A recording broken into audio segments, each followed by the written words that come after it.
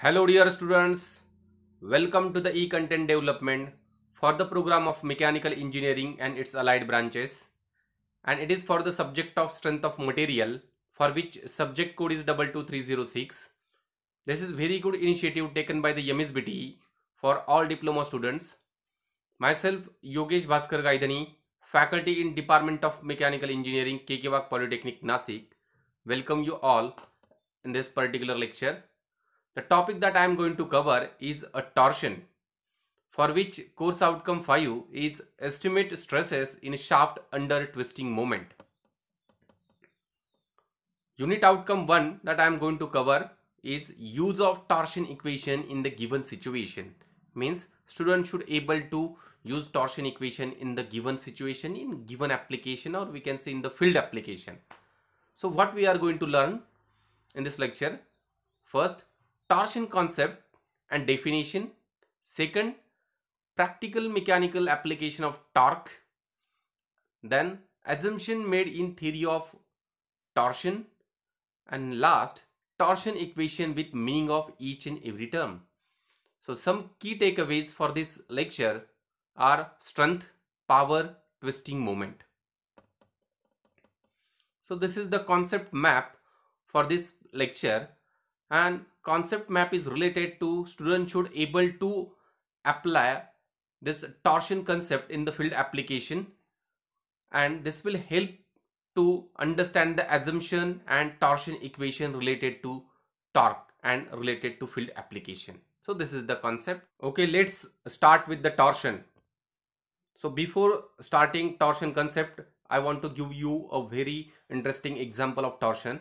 In our day-to-day life, when you clean the clothes with the help of water, and after cleaning it and for removing the water from the cloth, we hold cloth in both end and squeeze it. Means we are going to apply a twisting moment on both end of the cloth, so it will going to squeeze or twisted. It's one type of torsion on the cloth, and this is known as a torsion concept. This is very good example. With the help of that you can understand the torsion concept. So here see, concept of torsion: consider a shaft as shown in figure is rigidly clamped at one end and twisted at other end by torque T, that is equal to force into diameter applied in a plane perpendicular to axis of the bar. Such a shaft is said to be in torsion.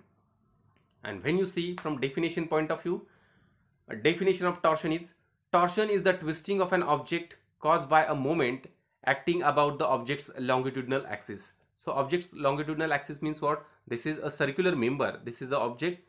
This is the object. This is in a 2D view. This is in a 3D view. This is the longitudinal axis of the object, and if you are going to apply a moment along the longitudinal axis, that is twisting moment, the torque is going to apply on that particular component, and this is said to be in the torsion. So this is the basic concept. Let's see. SI unit of the torque, as torque is equal to force into radius. So unit of force is Newton and unit of radius is in meter. So Newton meter is the SI unit of the torque. Let's see some field practical application of the torsion from mechanical engineering point of view. First, crankshaft of IC engine, where power produced inside the engine cylinder is given to the crankshaft in terms of torque. So this is the diagram of crankshaft. And in internal combustion engine, this is the internal combustion engine. Here you can clearly see, crankshaft. This is a crankshaft, and crankshaft is used for transmitting the power. Next application is propeller shaft of an automobile. So in automobile, for transmitting the power from gearbox, from transmitting the power from gearbox to the propeller shaft, this shaft is used, known as propeller shaft. This is the propeller shaft. So this shaft is known as propeller shaft, and this is used for transmitting the power. So next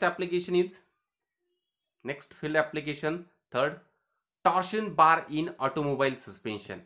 So this is the automobile suspension, and here torsion bar is used, which is circular in cross section. So this is the application of shaft in automobile suspension system. So next field application is power is transmitted. This is the fourth application. Power is transmitted with the help of shaft, keys and coupling from source to the power absorbing devices. So source is electrical motor or engine, and power absorbing devices may be hydraulic pump or shop floor machines. So in this application we use torsion concept. Fifth application is in automobile gearbox. So in an automobile gearbox, so in this diagram you can clearly see an automobile gearbox. So number of shafts are there.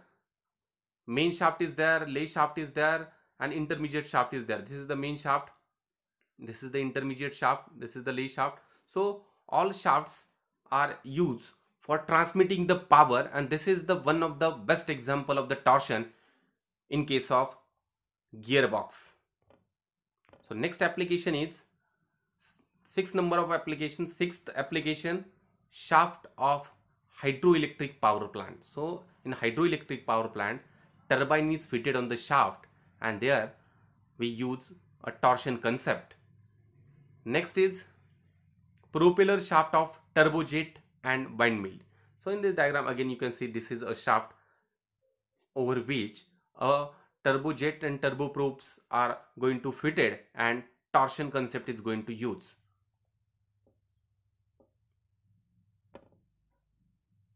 Let's move towards very important point, assumption of the theory of pure torsion. So this assumptions always asked in the final exam. So this is very important point.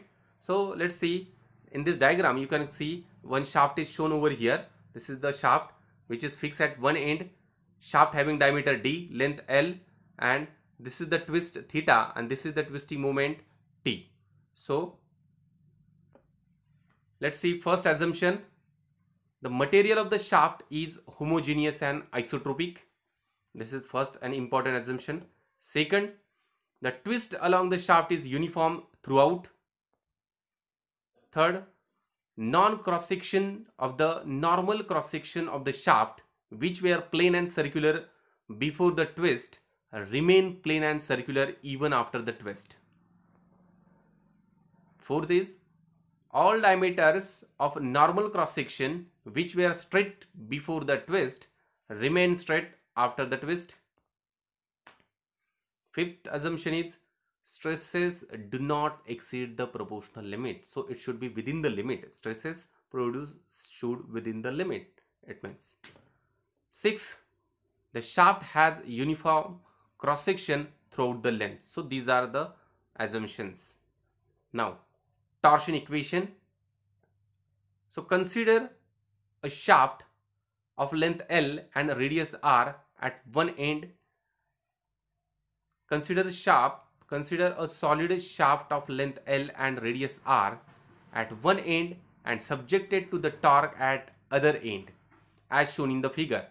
As a result of applied torque T, the shaft will get twisted and every cross section of the shaft will be subjected to shear stress, that is known as Q. Shear stress is denoted by Q or tau. Some key points are, shear stress at any point is directly proportional to its distance from the axis of the shaft, that is Q is directly proportional to the radius. Shear stress is directly proportional to the radius, and if radius is 0 means at the center shear stress will be equal to 0, and shear stress is maximum at the extreme layer. So torsion equation, this is a very important equation.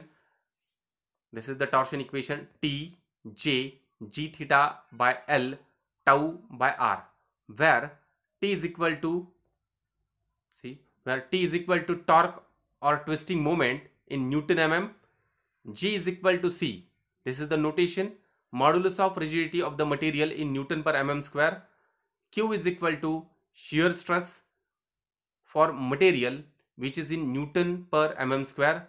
R is equal to radius of the shaft in mm, L is equal to length of the shaft in mm, theta is equal to angle of twist in the radian, J is equal to IB, that is known as polar moment of inertia of the shaft section, that we can calculate with the help of Ixx plus Iyy. This is in mm raised to 4. And for a solid shaft, this is a solid shaft, we can clearly see this is a solid shaft having diameter d, For solid shaft, J is equal to, that is polar moment of inertia is equal to pi by 32 d raised to 4. And for hollow shaft, see in the diagram you can see a hollow shaft having outer diameter d and inside diameter d, small d. So J, polar moment of inertia for hollow shaft, is equal to pi by 32 capital D raised to 4 minus small d raised to 4, where capital D is external diameter and small d is internal diameter for hollow shaft. Thank you for watching this video. In upcoming lecture, we are going to see course outcome number 2, where we are going to see how to find out torque and power for the given applications. So be ready for the next lecture. Thank you.